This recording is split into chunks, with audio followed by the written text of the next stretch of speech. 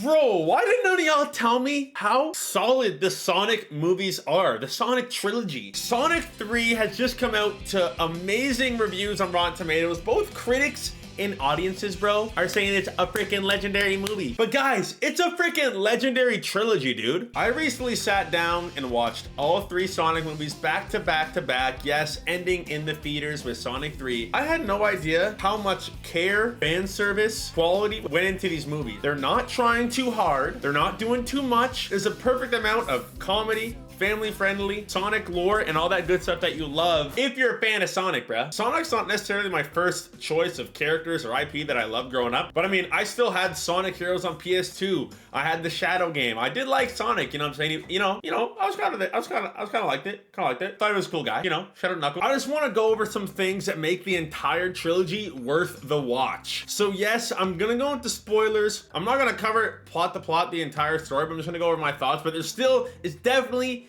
gonna be mother freaking spoilers in this video. So if you don't freaking like that, I suggest you pause the video. Don't close the tab. Don't shut your phone down. Keep the video. What do you want?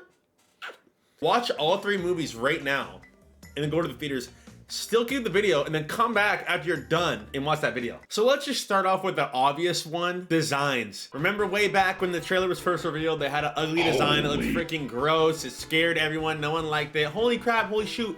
And they actually redid the design of Sonic for the final movie. And that was freaking goated, dude. The fact they did that. And because of that, Tails and Knuckles and Shadow, those characters look friggin' sick, like they're supposed to freaking look. From years and years of building this fan base, dude, like iconic characters, man. You can't change their designs, they kept it. Secondly, the story and build-up between all 3 movies is great, and they don't give out too much information. So for example, they don't elaborate too much on how Sonic is physically present in the real world, but they don't have to. Do you know what I mean? They don't have to. They just say he's an alien from another planet. You know what? Leave it at that. Perfect. And I think if they did, that would honestly ruin those movies. The main characters are not forgettable, but at the same time, I don't know their names because all I care about is the hedgehogs and mother friggin' like Eggman. You know what I mean? Like you don't really care about the main people, but I think they're still likable. You know, the story of the cop, the actor, I don't even know his name, bro, but he was in Enchanted OG. He's a cool guy.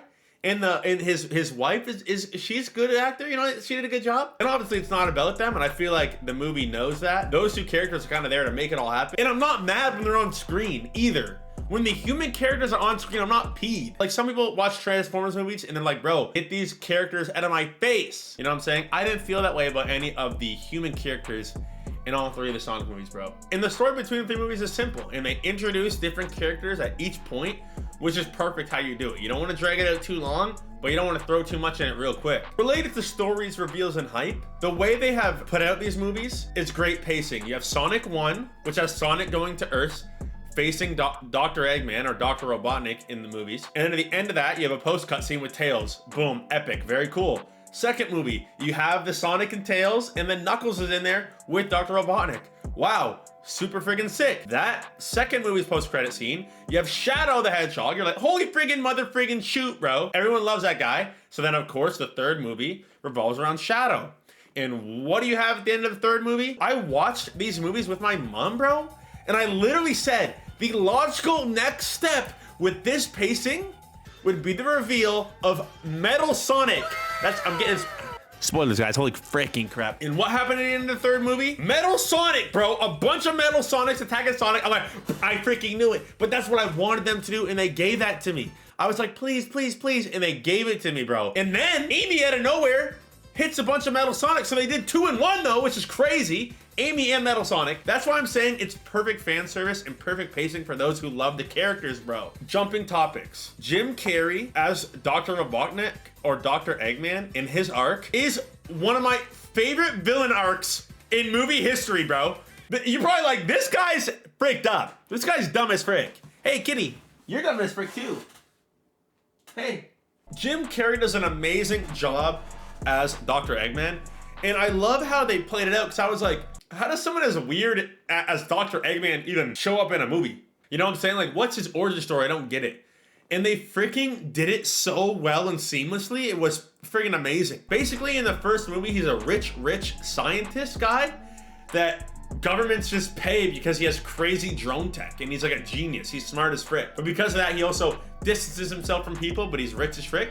And he has an assistant, and I'm like, bro, him becoming Eggman is kind of like the downward spiral of like him going insane based on things happening from the first, second, and third movie. But it's like, that makes sense of how he would get to Dr. Eggman. If you watch the movie, you know what I mean. And the arc with his assistant is freaking amazing, bro. In the first movie, Dr. Eggman, as Jim Carrey, has a line where he says to his assistants, like, make me a latte. I love the way you make them. He gets right mad at him and yells at the guy, but saying like, I love the way you make your lattes. Like he yells it. And in the final freaking movie, the third movie, that was in the first. In the third movie, like I said, spoilers, he's in space and he basically is gonna shut down this space nuke so it saves Earth, right? He relays a message down to Earth somehow through video and his assistant sees it and he's like, he realizes, he's like, I was selfish my whole life.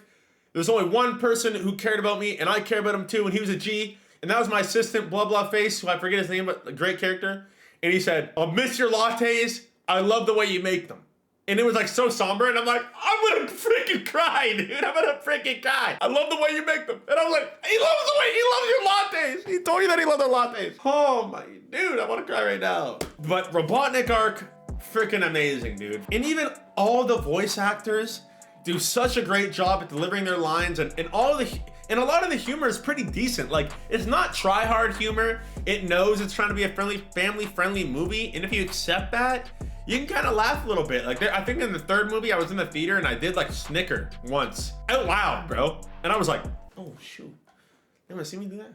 I snickered for real, dude. If you haven't appreciated the Sonic Trilogy or didn't even think to watch it, freaking do it, bro. Freaking do it. It's a great movie trilogy, a video game adaptation. It's hard to make a video game adaptation work, and in live action Sonic is a great example of how to almost perfectly execute it, dude, for real. I just want to come in here and talk about those three movies because I watched them for the first time back to back to back, and I was fired up.